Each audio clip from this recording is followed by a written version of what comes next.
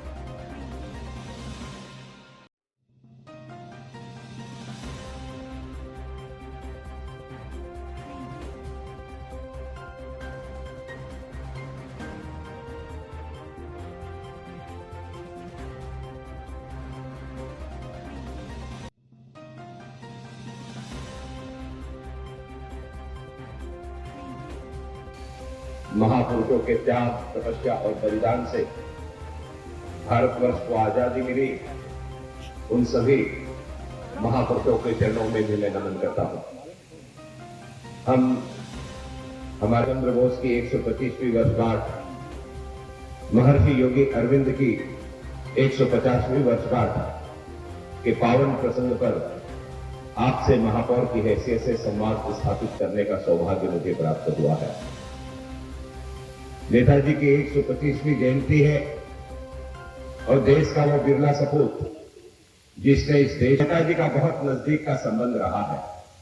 नेताजी ने अपने जीवन में आईसीएस की परीक्षा पास करी और आईसीएस की परीक्षा केवल 7 महीने की मेहनत के बाद पास करी और आईसीएस की परीक्षा में अंतर्राष्ट्रीय जगत में 4th मेरिट के रूप में नेताजी सुभाष चंद्र बोस आए और उसके बाद उन्होंने आईसीएस की परीक्षा को ठोकर मार दी और उन्होंने कहा कि मैं अंग्रेजों का नौकर बनकर के हिंदुस्तानियों पर अत्याचार नहीं कर सकता।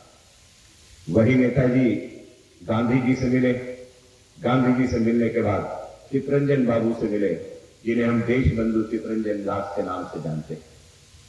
चितरंजन बाबू के नेतृत्व में कारपोरेशन के चुनाव हुए, कलकत्ता म्युनिसिपल कारपोरेशन का पहला महापौर बनने का अधिकार चितरंजन बाबू को मिला।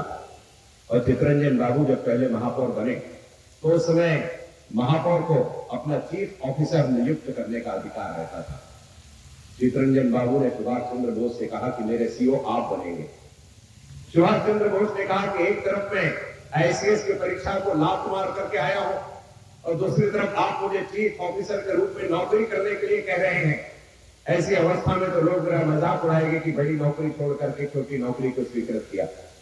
चितरंजन बाबू ने उन्हें समझाया कि स्वराज्य पक्ष के जो विचार है वो विचार के आधार पर यहाँ के म्युनिसिपल कारपोरेशन अगर चलाना है तो यहाँ पर उसी विचार का व्यक्ति चीफ ऑफिसर होगा तो हम अपने विचारों के अनुरूप महानगर पालिका का संचालन कर सकेंगे और अपने लोगों की सेवा कर सकेंगे। चितरंजन बाबू की बात को सुनकर के नागपुर कलकत्ता म्युनिसिपल कारपोरेशन के चीफ ऑफिसर के रूप में नेताजी सुभाष चंद्र बोस ने पद ग्रहण किया।